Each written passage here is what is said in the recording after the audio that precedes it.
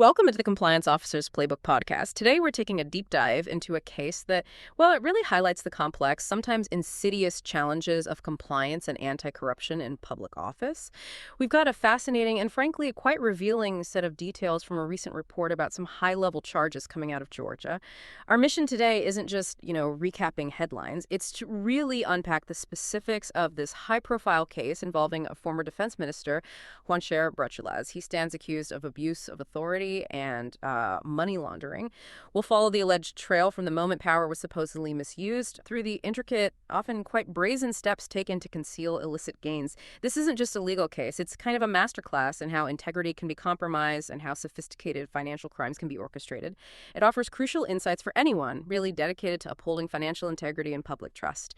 Yeah, and what truly stands out here, I think beyond the obvious public corruption red flags, is how a seemingly isolated instance of procurement fraud can escalate into a multi-jurisdictional money laundering operation.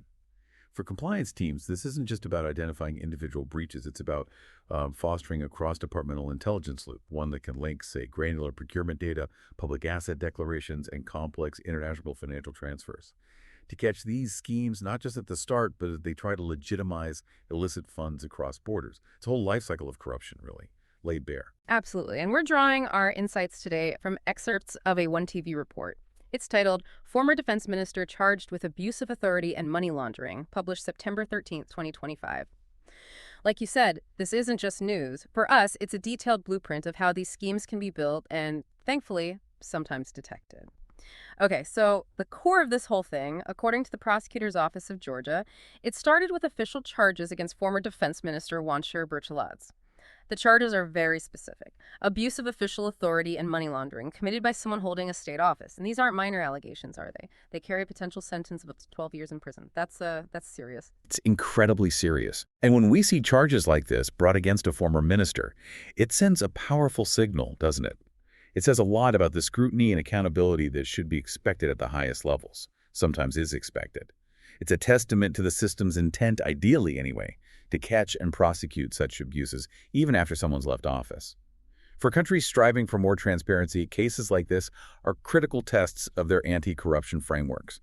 Shows that maybe no one, regardless of past power, is truly above the law.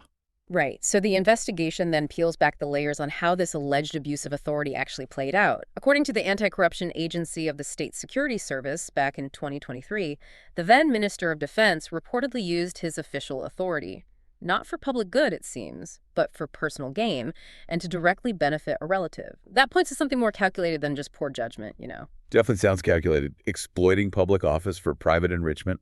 And the specifics of the alleged scheme are really illuminating for anyone in procurement oversight.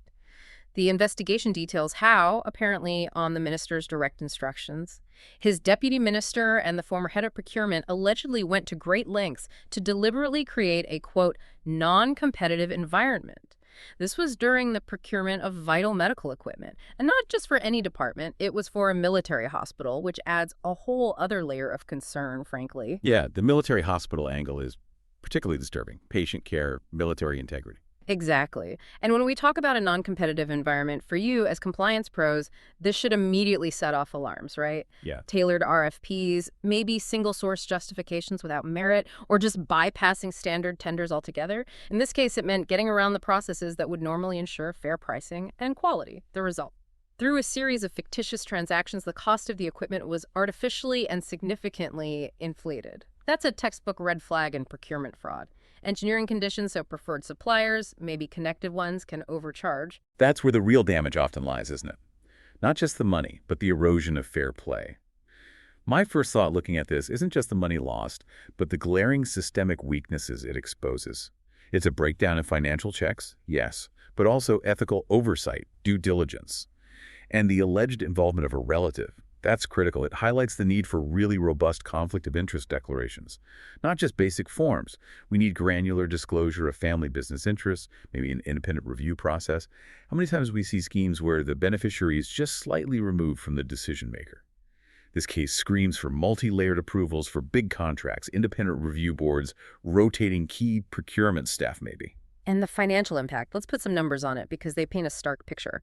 Equipment originally valued at about 2.6 million GEL was purchased for nearly 3.95 million GEL.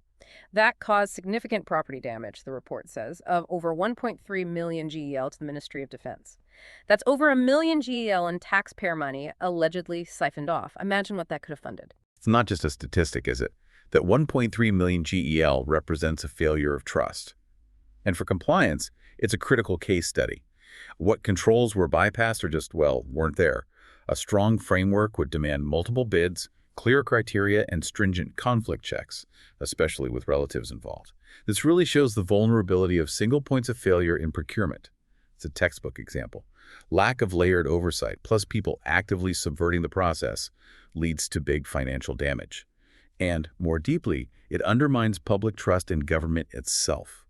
It's not just the money, it's the confidence lost. So, once the alleged illicit gains were secured through that inflated procurement, the next stage, according to the charges, moved into money laundering.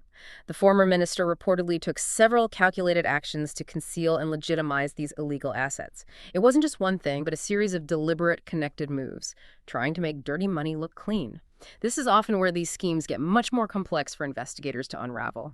The layering phase. The first reported step happened in January 2025.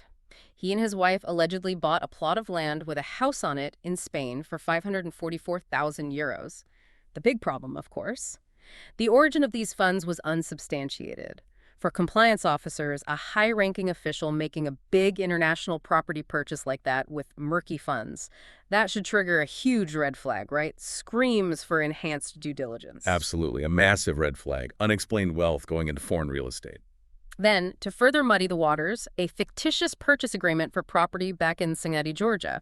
This was allegedly drawn up in 2024 between his wife and a third party. But the crucial detail, the property was never actually sold. The agreement's only purpose, it seems, was to disguise the source of the money transferred abroad for the Spanish place. That's a classic layering technique in money laundering, isn't it? Creating a false paper trail to make the funds seem legitimate, confuse investigators. Exactly. Creating that deceptive narrative, distancing the funds from their illegal origin. And finally, in what looks like an attempt to finish the job, in March 2025, he allegedly failed to declare the Spanish property in his asset declaration. By omitting it, he was trying to basically integrate, about 1.6 million GEL worth of illegal income into his legitimate wealth. It's not just forgetting, it's an active step in laundering. Make the illicit funds look clean on paper, escape detection, maybe blend in with legitimate assets. Right. And the crucial takeaway for you, our listeners, isn't just spotting individual red flags, but seeing how they connect.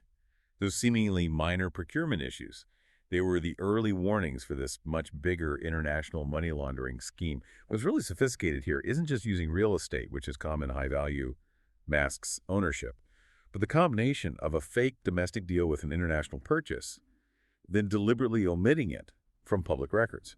So for compliance professionals, this just highlights the need for vigilance across multiple touch points at once. We're talking robust cross-referencing, linking procurement data, asset declarations, international financial activity. Are your systems flagging, say, unexplained international wires to places known for real estate investment? Especially if they correlate with suspicious domestic activity or changes in asset declarations. Spain, like other attractive markets, can be used for layering, but investigating requires cross-border cooperation, which adds complexity. This scheme really emphasizes that compliance isn't a siloed function. It's dynamic. It's intelligence-led. Connecting disparate dots is key, because that's where these layered approaches often reveal themselves. Okay, so to recap the legal side, the former minister is charged under Article 194, Part 3, subparagraph C's, and Article 332, Part 2 of Georgia's Criminal Code.